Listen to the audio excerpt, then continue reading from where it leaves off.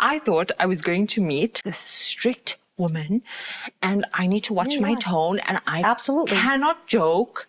And I was like, okay, I respect Doctora. I had to have like all the self-talk to be like, forget it. I don't really care about what she says. I don't care about what they say. Like, am I doing this for God or not? Like, right? I had to have like that self-talk. This is the first time I'm hearing this, guys. When we met online and we had that conversation, it's like, I'm not on social media. I thought, who am I meeting? What is a weirdo? There was only 2 occasions that my hijab was a problem. And guess what?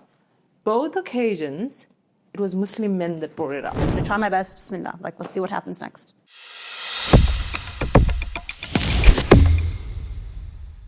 Qaanitah. Tesneem, we did it. We did it. We just shot. Okay, so number one, let me just be clear. I was told we have 10 episodes to shoot. Yeah. And I was like, okay, we're gonna have 10 days to shoot them, right? How many days did we just shoot 10 episodes? We had 3 days. With 3 days, 3 very long days. 14 hours almost every single day. I think my legs are still a bit numb. I could sleep for the whole rest of the weekend. But let's rewind to when this idea to do the series came about. I went and watched all of your content and I was terrified of you. That's actually very embarrassing because there's so much, like, it's the problem with the internet. You say something like 5 years ago and whatever you said is there for the rest of your life.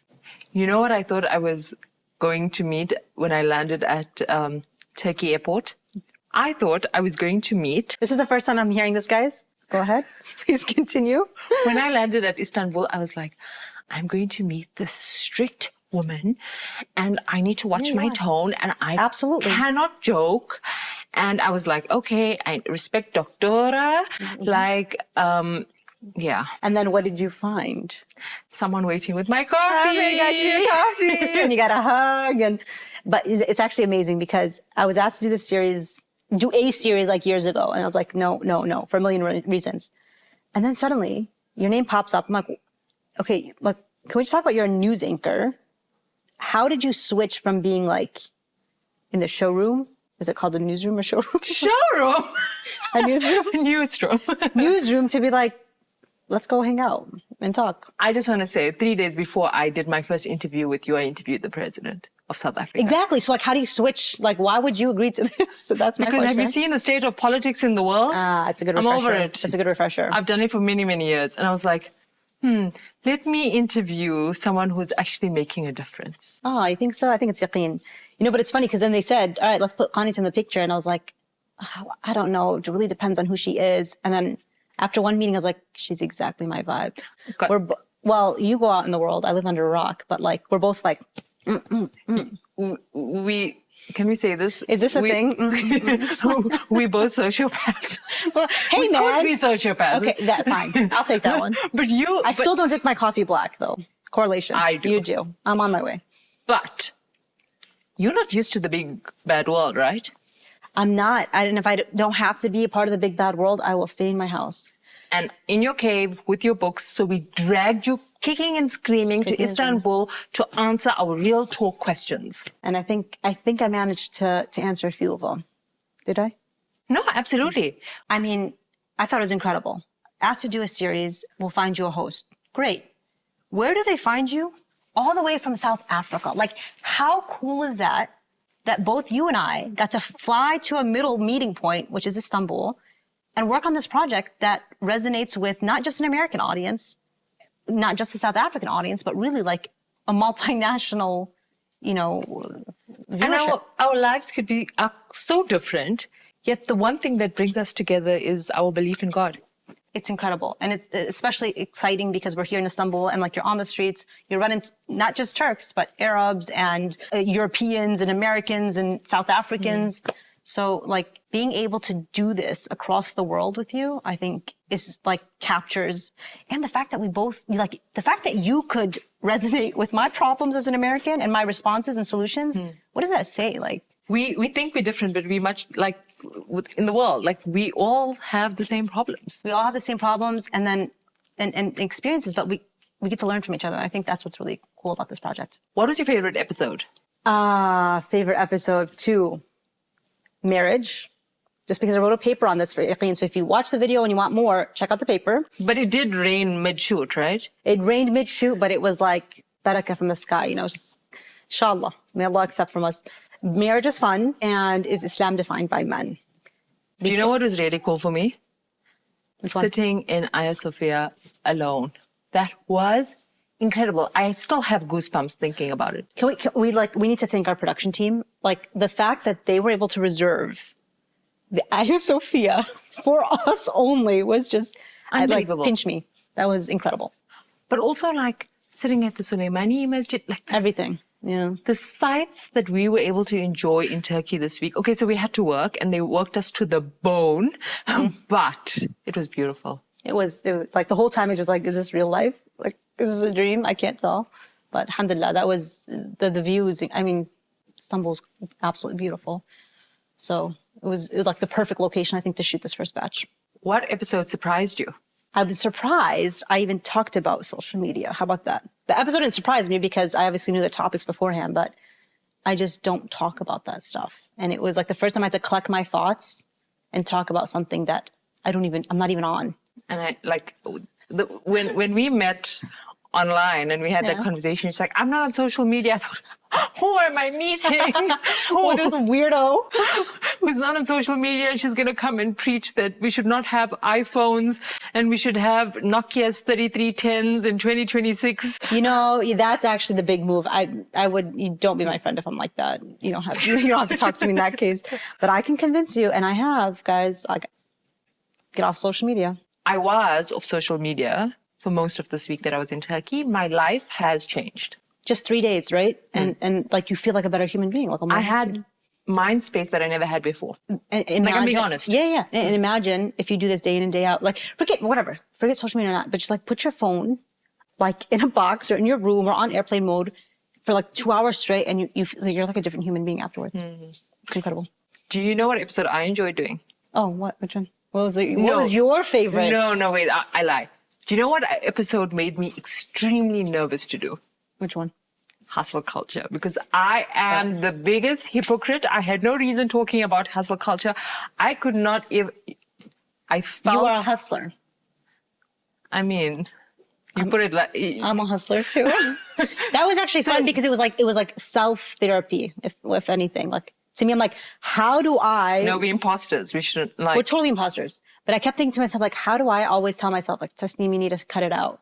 And it was like all the stuff that is in my head that I tell myself, I shared with you. So please forgive us. We are who we are. Well, we're trying to. No, we're trying. Like after that episode, I'm like, what did you say? Be bored. No, that is actually so therapeutic. Look at you. You were bored for like 2 seconds this week, and that was life-changing. It was life-changing. Yeah. So after we shot our last episode, I had so much of adrenaline, and I just kept thinking about everything we said and what we did and our production team and all the laughs. I was going to say, you had an adrenaline rush. I was exhausted after the last shoot. There was many retakes of intros, but we got through it. What was something that you would have liked to talk about and you never get to in the series? There's a lot I feel like I could have shared. Like, there's still a lot more like personal experiences that I feel like made me who I am today. That you just look back and you think like it's just a normal experience, but sometimes, like, I don't know, I hear someone say like, oh, I went through that, and I think to myself like, oh, like, that makes me feel better. You know, one story I really wanted to share. I'm back in high school. At the time, whatever, I know I sound like I'm 70 years old, but I'm not. At the time, hijabi fashion, like modest clothing, was like much harder to find. So I was like very strictly like, I'm just gonna wear jilbab. It's the easiest thing I can do. I can wear abayas. Like I don't have to think about finding modest clothing. And so I remember this is my senior year of high school. I don't know if high school is the same. Would you guys call it high school in South Africa? Yeah. Okay. Like, it's not a rock. There's a world outside America. I don't know. I talked to the Brits, and like suddenly it's like uni, and I don't know, what do you get, like, what do they say for high school? They say like university. What is it? Whatever. They different words, you know. I'm trying to be relatable to an international audience. There's a world outside America. Let's do that. Carry on. Hard to see it. Anyways, senior year, like, that's like your cool year. You're supposed to be popular. I wasn't at an Islamic high school. Like, it was a public school. And I was like, you know what, I'm just going to wear abaya. And I'll never forget. It's not supposed to be sad. Okay. It has a happy ending. I'll never forget, first day I walk in, I'm walking into school and it took like I mean, abaya is not cool, right? In public school, like hijab's not cool, let alone like added layer. And I'm thinking like, it's okay, I can do this, whatever, it's not a big deal.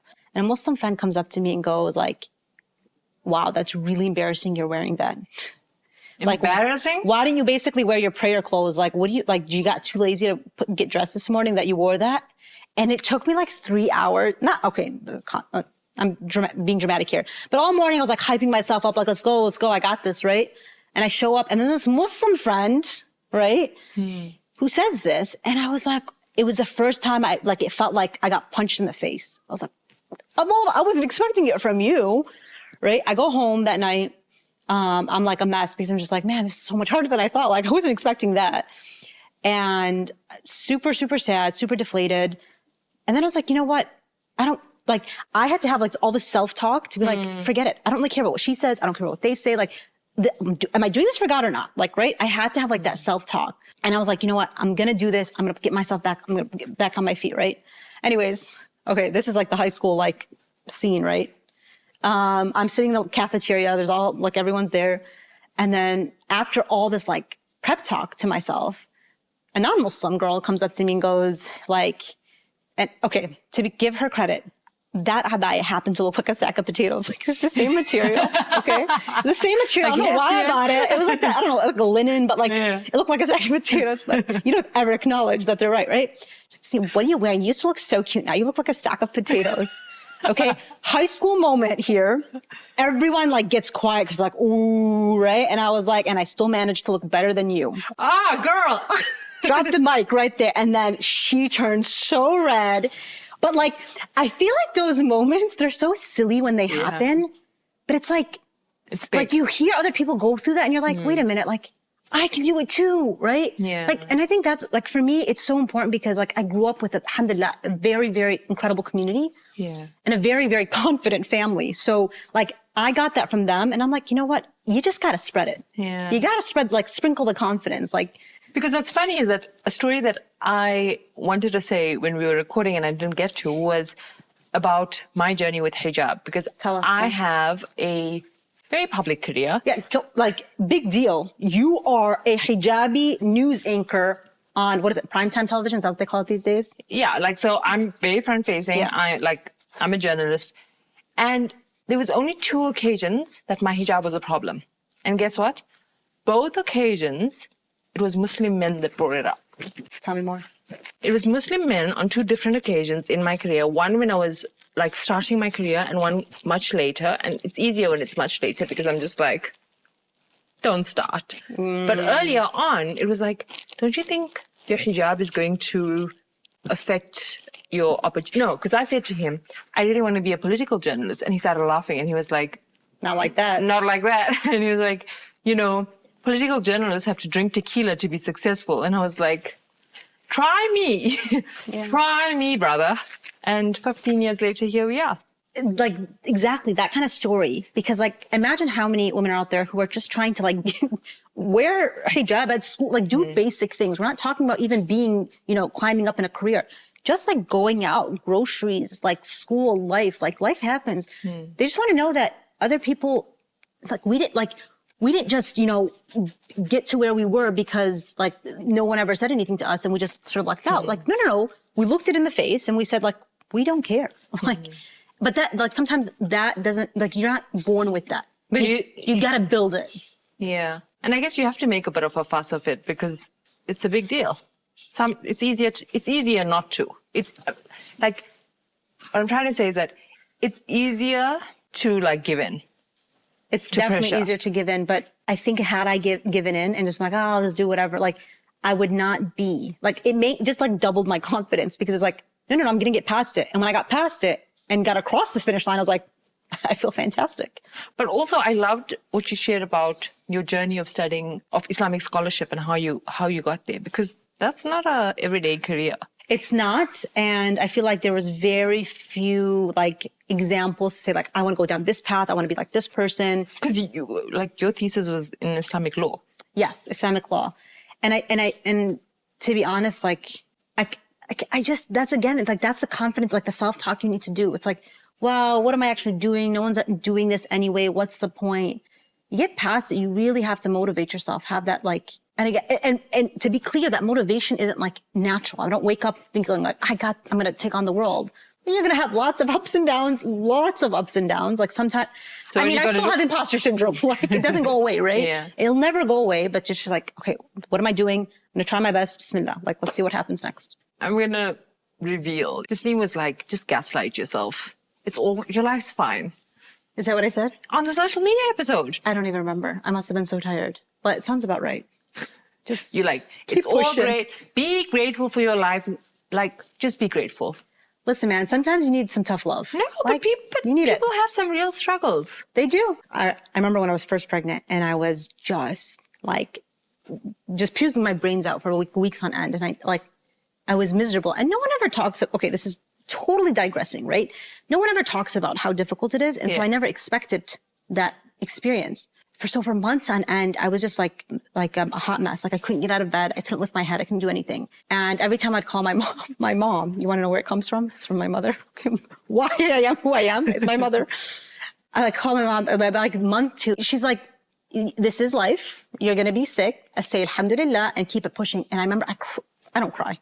I cried like a baby, right? That I was like, no one relates to me or whatever. And then like a day later, I was like, that was really good advice. I just needed someone to tell me that. And I snapped out of it, right? Like, so that doesn't work for everyone, right? It doesn't work for everyone, but sometimes you need just like a little push. I felt like this team is just like, any problem I brought to her, she's like, get over it. We'll figure it out. Like, that's life. Life is all ups and downs. This team, when we were filming Real Talk, you spoke about how Gaza was a game changer for everyone. Everyone had to stop and reflect about what's happening in Gaza.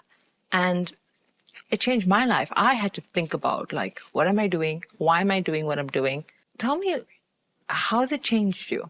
I mean, Gaza has, I think, changed the world in so many different ways. And one thing that I've been thinking about a lot lately, especially as this is being drawn out significantly, right? We all thought maybe a few weeks, months, year passes. And I've been thinking about the ayah in the Quran. Allah subhanahu wa ta'ala says, تِلْكَ الْأَيَّامُ نُدَاوِلُهَا بَيْنَ النَّاسِ. These days, the life that we're living, like every moment that passes, God just like, He passes it from one person to another, oppressor to oppressed. You know, someone who's righteous, someone who's not righteous. And like, I'll tell you what happened. It's what now, 2024, end of 2024. Actually, let's go back a bit. Let's go back almost 10 years ago. The Syrian revolution happens.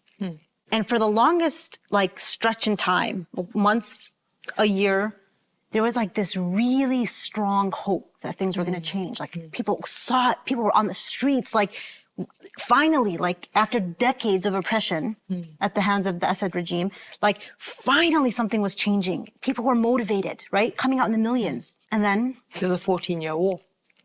well, pre-war, like during the protests, people like the violence escalates and hundreds of thousands are now dead or are over, hundreds and thousands of more are now fleeing the country. And it was like that moment of like, oh my God, things are going to change. And then it was like back to where we started, but much worse, right? And that feeling stayed for a long time, for years. And I can't help but think about those few days. Was it November or December of 2024? Within just 10 days, everything changed. Like it was so fast, we couldn't even process it. Like, is this real? Like, is this we can't tell what's happening.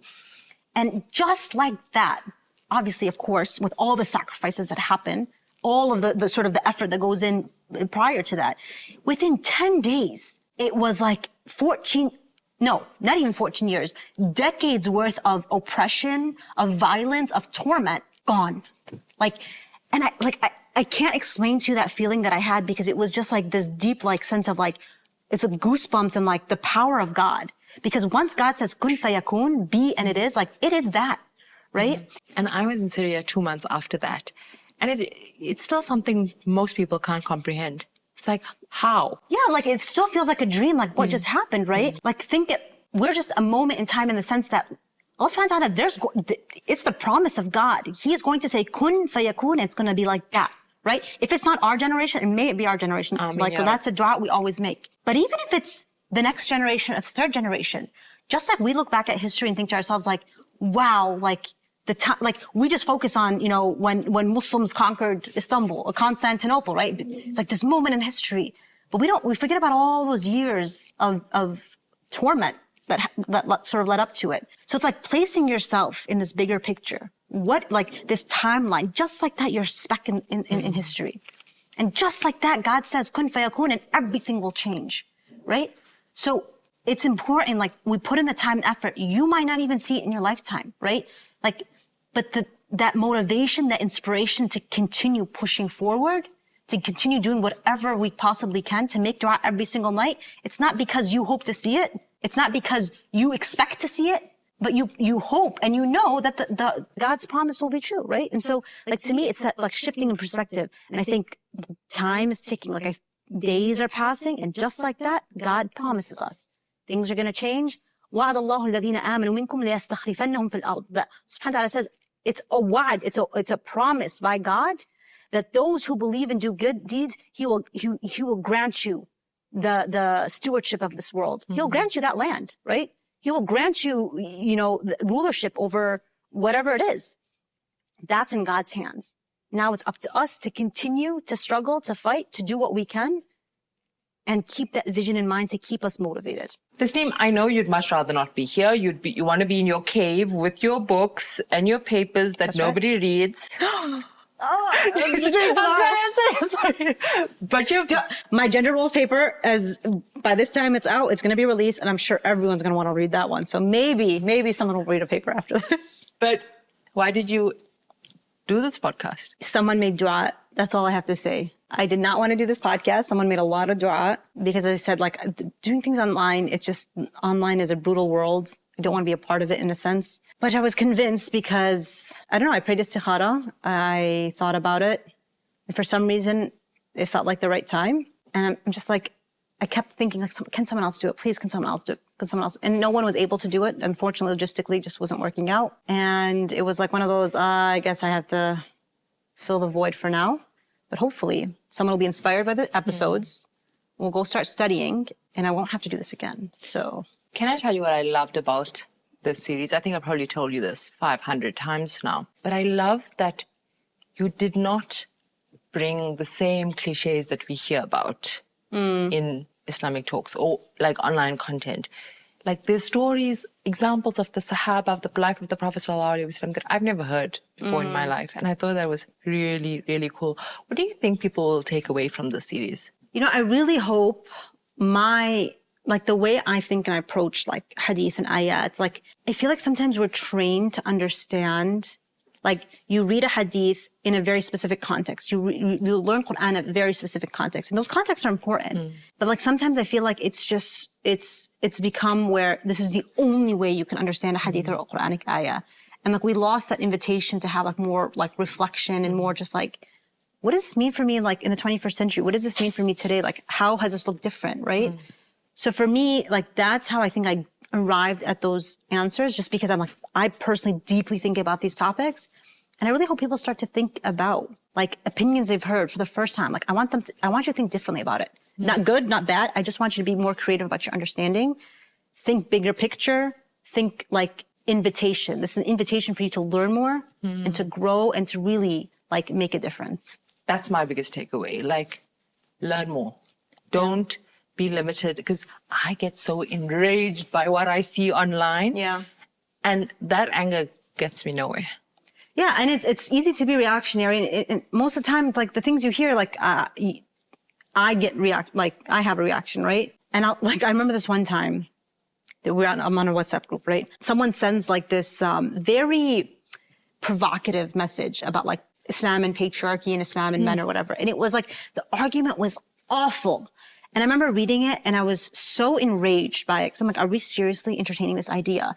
And all I responded was with like a million like anger emojis. And someone was like, can you explain your thoughts on it? Like, what's your take, Tesneem? And I was like, I don't know how to express my take. To me, like that was like a terrifying moment, because I was so angered by that post that I couldn't explain why. And it was like that moment that I realized I need to learn more, because if I can't express it, that means I'm not processing it entirely and I can't respond to it.